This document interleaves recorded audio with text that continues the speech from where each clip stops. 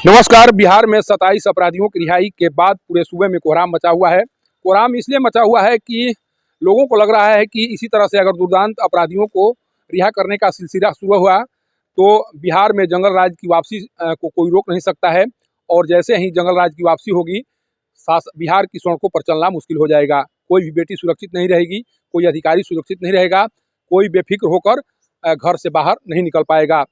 जिस तरह से अभी आनंद मोहन के द्वारा एक IAS अधिकारी की हत्या की गई, राजबल्लभ यादव के द्वारा जिस तरह से एक नाबालिग लड़की के साथ रैप किया गया, उसके बाद इस तरह के प्रश्न क्यों न उठाए जाए।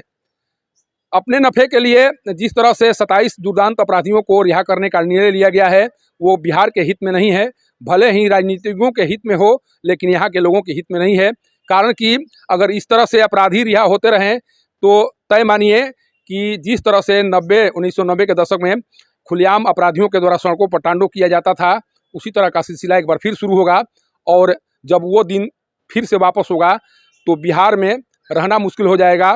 पहले यहाँ पर उद्योगपति नहीं आया करते थे, अब लोग पलायन करना शुरू कर देंगे।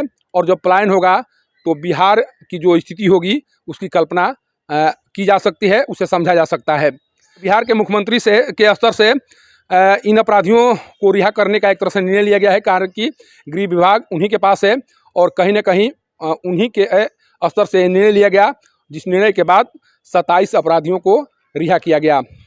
लेकिन सबसे बड़ा सवाल है कि मुख्यमंत्री नीतीश कुमार जब इन अपराधियों को रिहा करने का निर्णय ले रहे थे, उस समय मुख्यमंत्री के स्तर से ये जानने का या सोचने का प्रयास क्यों नहीं किया गया कि इसका असर समाज पर क्या पड़ेगा। मैं दावे के साथ कह सकता हूं कि अगर मुख्यमंत्री नीतीश कुमार एक बेटी के पिता होते तो कम से कम राजबल्लभ यादव जैसे अपराधियों को रिहाई का निर्णय नहीं लेते। लेकिन मुख्यमंत्री के घर में या मुख्यमंत्री एक बेटी के पिता नहीं है, इसलिए बेटी जो नाबालिग बेटी के साथ जो हुआ और जो भी नाबालिग बेटी के साथ जिस तरह से बलात्कार हुआ और उसके बाद जिस तरह से उस परिवार में दर्द उपजा या दर्द सुनाई पड़ा, शायद इसकी कल्पना मुख्यमंत्री के स्तर से नहीं की गई या मुख्यमंत्री उस दर्द को एहसास नहीं कर सके, तभी उनके द्वारा राजबल्लभ यादव जैसे बलात्कारियों को रिहा करने का निर्णय लिया गया।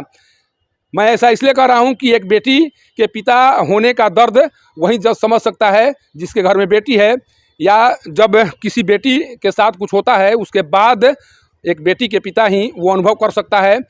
और इसी बात का अनुभव या इसी दर्द का अनुभव मुख्यमंत्री नहीं कर सके, जिस कारण से राजबल्लभ जैसे बलात्कारियों को भी रिहा करने में उन्होंने संकोच नहीं किया। मुख्यमंत्री जी, आपके द्वारा जो कुछ किया गया है वो बिहार के हित में नहीं है, यहाँ की बेटियों के हित में नहीं है। और आने वाले दिनों में जिस तरह से बेटियां अपने आप को असुरक्षित महसूस करेंगी, उसके पीछे केवल और केवल आप कारण रहेंगे।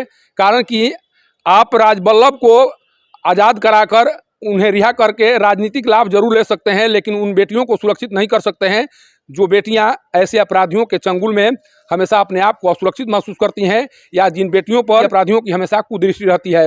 आपने क्यों नहीं सोचा कि इस तरह के अपराधियों को अगर रिहा किया जाने लगे तो इन लोगों का मनोबल और बढ़ेगा, और कल एक बेटी शिकार होती थी, आने वाले दिनों में कई बेटियाँ शिकार होंगी।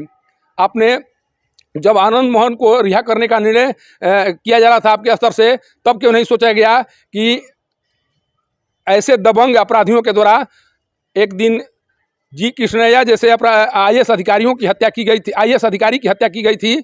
ऐसे अपराधी अगर बाहर रहे तो कई IAS अधिकारियों को निशाना बनाया जाएगा, और बिहार में जो जिस तरह की स्थिति अभी बनी हुई है उस स्थिति को बिगड़ते देर नहीं लगेगी।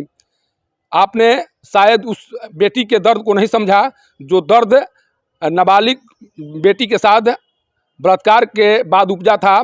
और जिस तरह से आपने जो कार्य किया है, अभी रिहाई का जिस तरह से आपने निर्णय लिया है, यह निर्णय से यहाँ की लाखों बेटियाँ अपने आप को एक तरह से अपमानित महसूस कर रही हैं, और उसका असर आने वाले दिनों में जरूर पड़ेगा। कोई भी बेटी का बाप कम से कम इस तरह के निर्णय लेने वाले के साथ तो जरूर खड़ा नहीं होंगे, नहीं सहयोग किया जाएगा। कारण कि जब किसी की बेटी सुरक्षित नहीं रहेगी, जब किसी की बेटी के साथ इस तरह के कार्य करने वाले अपराधियों को आप रिहा करते रहेंगे, तब आपको सहयोग देने वाला कोई नहीं रहेगा। मैं भी एक बेटी का बाप हूं, और मैं उन बेटी के बाप से ज़रूर आग्रह कर सकता हूं जिनके घरों में बेटियां हंसती खेलती नज़र आती हैं। अगर आप अपनी बेटी को हंसते खेलते देखना चाह रहे हैं तो कम से कम इस तरह के निर्णय लेने वाले राजनीतिज्ञों का बहिष्कार जरूर करें, ताकि आपकी बेटियों का किलकारी हमेशा गूंजती रहे, बेटियां हमेशा अपने आप को महफूज समझें। अगर इस तरह के लोगों का सहयोग अगर करना शुरू कर दिए तो आज वल्लभ यादव जैसे बलात्कारी रिहा हुए हैं, कल कोई और बलात्कारी रिहा होगा और बिहार में बेटियां अपने आप को असुरक्षित महसूस करेंगी। जब बेटियां असुरक्षित होंगी तो आप भी सुरक्षित नहीं रह सकेंगे और बिहार जिस नाम के लिए जाना जाता है वो नाम एक बार फिर वापस होगा और बिहार में रहना न केवल बेटियों के लिए असुरक्षित हो जाएगा बल्कि आप भी सुरक्षित होकर बिहार में कहीं विचरण नहीं कर सकते हैं।